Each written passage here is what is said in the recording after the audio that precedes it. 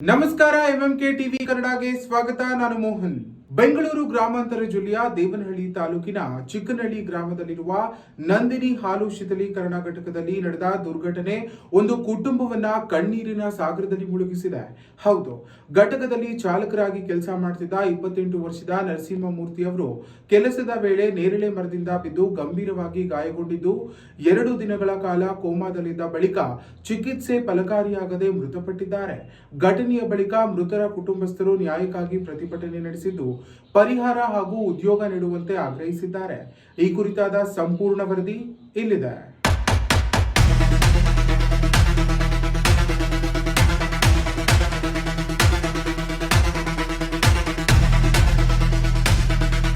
ಬೆಂಗಳೂರು ಗ್ರಾಮಾಂತರ ಜಿಲ್ಲೆಯ ದೇವನಹಳ್ಳಿ ತಾಲೂಕಿನ ಚಿಕ್ಕನಹಳ್ಳಿ ಗ್ರಾಮದ ನಂದಿನಿ ಹಾಲು ಶೀತಲೀಕರಣ ಘಟಕದಲ್ಲಿ ದುರ್ಘಟನೆಯೊಂದು ಸಂಭವಿಸಿದ್ದು ಯುವಕನೊಬ್ಬ ಜೀವ ಕಳೆದುಕೊಂಡಿದ್ದಾನೆ.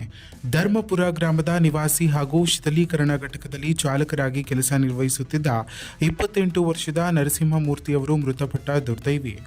ಮಾಹಿತಿಯ ಪ್ರಕಾರ ಕೆಲಸದ ಸಮಯದಲ್ಲಿ ಘಟಕದ ಆವರಣದಲ್ಲಿದ್ದ ನೇರಳೆ ಮರವನ್ನು ಹತ್ತಿದ್ದ ನರಸಿಂಹಮೂರ್ತಿ ಅವರು ಏಕಾಏಕಿ ಕಾಲು ಜಾರಿ ಕೆಳಕ್ಕೆ ಬಿದ್ದಿದ್ದಾರೆ.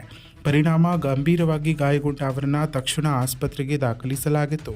ಕಳೆದ 2 ದಿನಗಳಿಂದ ಕೋಮಾ ಸ್ಥಿತಿಯಲ್ಲಿ ಚಿಕಿತ್ಸೆ ಪಡೆಯುತ್ತಿದ್ದ ನರಸಿಂಹಮೂರ್ತಿ ಅವರು ಚಿಕಿತ್ಸೆ ಫಲಕಾರಿಯಾಗದೆ ಇಂದು ಆಸ್ಪತ್ರೆಯಲ್ಲಿ ಕೊನೆಯುಸಿರೆಳೆದಿದ್ದಾರೆ.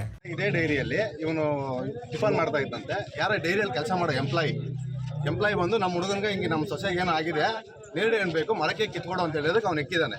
ಕಾಲು ಸ್ಲಿಪ್ ಆಗಿ ಮೇಲಿಂದ ಬಿದ್ದಿದ್ದಾನೆ ಸರ್. ಅವನು ಆಸ್ಪತ್ರೆಗೆ ಕರ್ಕೊಂಡೋಗಿ ಸೇರಿಸಿದ್ದಾರೆ. ಆವತ್ತಿಂದ ಇವತ್ತುವರೆಗೂ ಯಾರು ಈ ಡೈರಿಯಲ್ಲಿ ಕೆಲಸ ಮಾಡೋರಾಗಿರ್ಬೋದು, ಇಲ್ಲ ಗಾಡಿ ಓನರೇ ಆಗಿರ್ಬೋದು, ಇಲ್ಲ ನಮ್ಮ ಈ ಸ್ಟಾಫೇ ಆಗಿರ್ಬೋದು, ಯಾರೂ ಒಬ್ಬರು ಬಂದು ಇವತ್ತು ಏನಾಗೈತೆ ಎತ್ತಾಗೈತೆ ಅಂತ ಏನೂ ವಿಚಾರಿಸ್ಕೊಂಡಿಲ್ಲ ಯಾರೂ. ಇವತ್ತು ಡೆತ್ ಆಗಿದ್ದಾನೆ ಅವನು. ಈಗ ನಾವು ಕೇಳಿದ್ರೆ ನಾವು ಅವ್ರ ಮಿಸ್ಸಸ್ಗೆ ಪರ್ಮನೆಂಟ್ ಕೆಲಸ ಕೊಡ್ತೀವಿ ಅಂತ ಫಸ್ಟ್ ಹೇಳಿದ್ರು. ಮತ್ತೆ ಕಾಲ್ ಮಾಡಿದ್ರೆ ಕಾಲ್ ಪಿಕ್ ಮಾಡ್ತಾ ಇಲ್ಲ. ಆ ಗಾಡಿ ಓನರ್ ಇವತ್ತು ಇಲ್ಲಿ ಬಂದೇ ಇಲ್ಲ. ಆ ಗಾಡಿ ಓನರ್ ಬಂದ್ಬಿಟ್ಟು ಏನೋ ಒಂದು ಈಗ ಈ ತರ ನಾನು ಕೊಡ್ತೀನಪ್ಪ, ನಾನು ಮಾಡ್ತೀನಪ್ಪ ಅಂತ ಕೇಳಿದ್ರೆ ಅದೊಂಥರ.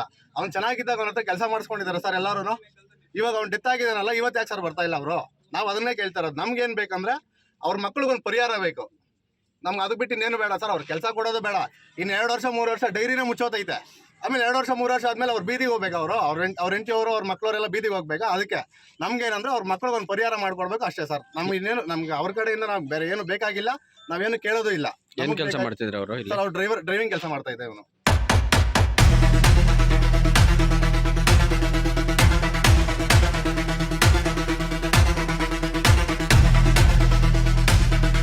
ಯುವಕನ ಸಾವಿನ ಸುದ್ದಿ ತಿಳಿಯುತ್ತಿದ್ದಂತೆ ಕುಟುಂಬಸ್ಥರು ಹಾಗೂ ಗ್ರಾಮಸ್ಥರ ಆಕ್ರಂದನ ಮುಗಿಲು ಮುಟ್ಟಿದ್ದು ಶೀತಲೀಕರಣ ಘಟಕದ ಆವರಣದಲ್ಲಿ ಮೃತದೇಹವಿಟ್ಟು ನ್ಯಾಯಕ್ಕಾಗಿ ಪ್ರತಿಭಟನೆ ನಡೆಸಿದರು.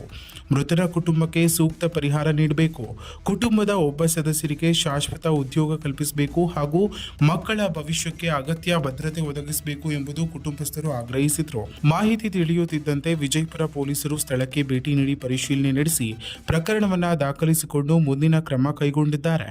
ಒಟ್ಟಿನಲ್ಲಿ ಕೆಲಸದ ವೇಳೆ ಸಂಭವಿಸಿದ ಈ ದುರಂತ ಒಂದು ಕುಟುಂಬದ ಆಸರೆಯನ್ನ ಕಸಿದುಕೊಂಡಿದ್ದು ಮೃತರ ಕುಟುಂಬಕ್ಕೆ ನ್ಯಾಯ ಸಿಗಬೇಕೆಂದು ಸಾರ್ವಜನಿಕರ ಒತ್ತಾಯವಾಗಿದೆ.